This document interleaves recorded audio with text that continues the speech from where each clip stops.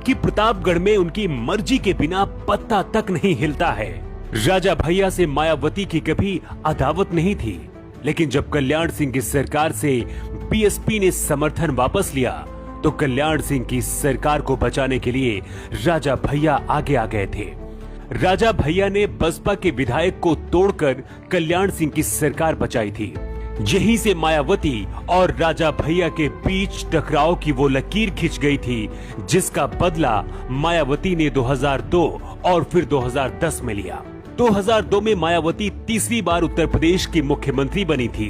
BSP party खुशी का जश्न मना रही थी, लेकिन उधर कुंडा के एक राजशाही परिवार का राजकुमार राजा भैया सुर्खियों में था। कहते हैं कुंडा और आसपास के इलाकों में सरकार किसी की भी हो, लेकिन राज हमेशा राजा भैया का रहा है। राजा भैया को शायद ये उम्मीद नहीं थी कि मायावती पलटकर अब उनसे बदला लेंगी।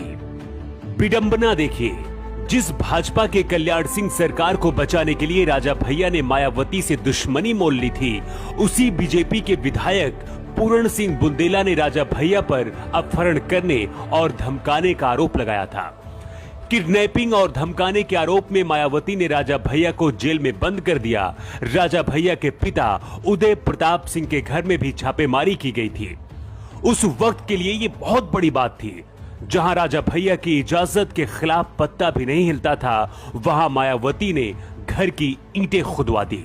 यही नहीं, मायावती ने रघुराज प्रताप सिंह यानी कि राजा भैया पर प्रिवेंशन ऑफ टेररिज्म एक्ट यानी कि पोटा भी लगवा दिया था। पोटा वो कानून होता है जो आमतौर पर आतंकवाद विरोधी गतिविधियों के खिलाफ लगता है। राजा भैया को जेल में बंद करने के दौरान 10 महीने में 7 जेलों में शिफ्ट किया गया। मायावती ने उत्तर प्रदेश की जनता के बीच भयमुक्त यूपी बनाने का संदेश दिया। जिस वक्त राजा भैया को यूपी की जेलों में घुमाया जा रहा था, उस वक्त राजा भैया की पत्नी भावनी कुमारी के पेट में 2 जुड़वा बच्चे पल रहे थे। जेल के दौरान ही दोनों बच्चों का जन्म हुआ। इस दौरान भी राजा भैया को पत्नी से मिलने की और अपने बच्चों को देखने की इजाजत नहीं दी गई थी। लेकिन आने वाले वक्त में राजनीति का पहिया घूमने वाला है, इसका अंदाजा मायावती को भी नहीं था। करीब 1 साल 3 महीने बाद मुलायम सिंह यादव उत्तर प्रदेश के मुख्यमंत्री बन गए। सत्ता में आते ही मुलायम सिंह यादव ने राजा भैया पर लगे सभी आरोपों को खारिज कर दिया था और उन्हें जेल से रिहा कर दिया।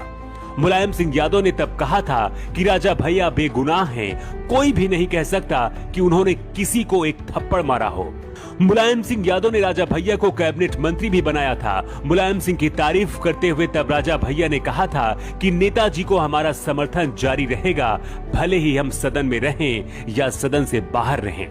2012 में सपा की सरकार आने के बाद ही राजा भैया के खिलाफ चल रहा पोटा भी खत्म किया गया था। जब राजा भैया जेल से बाहर निकले तो उनकी जिंदगी का यह सबसे बड़ा टर्निंग पॉइंट था। लोगों को लग रहा था कि अब राजा भैया भी मायावती से बदला लेंगे, लेकिन इस सवाल पर राजा भैया ने सबको चौंका दिया था। राजा भैया ने तब कहा था कि हम बदले की राजनीति नहीं करते, मायावती को छूकर अपने हाथ गंदे नहीं करना चाहता। मायावती अपने कर्मों से खत्म हो जाएंगी। इस बयान को भी महिलाओं के अपमान से जोड़कर तब देखा गया था।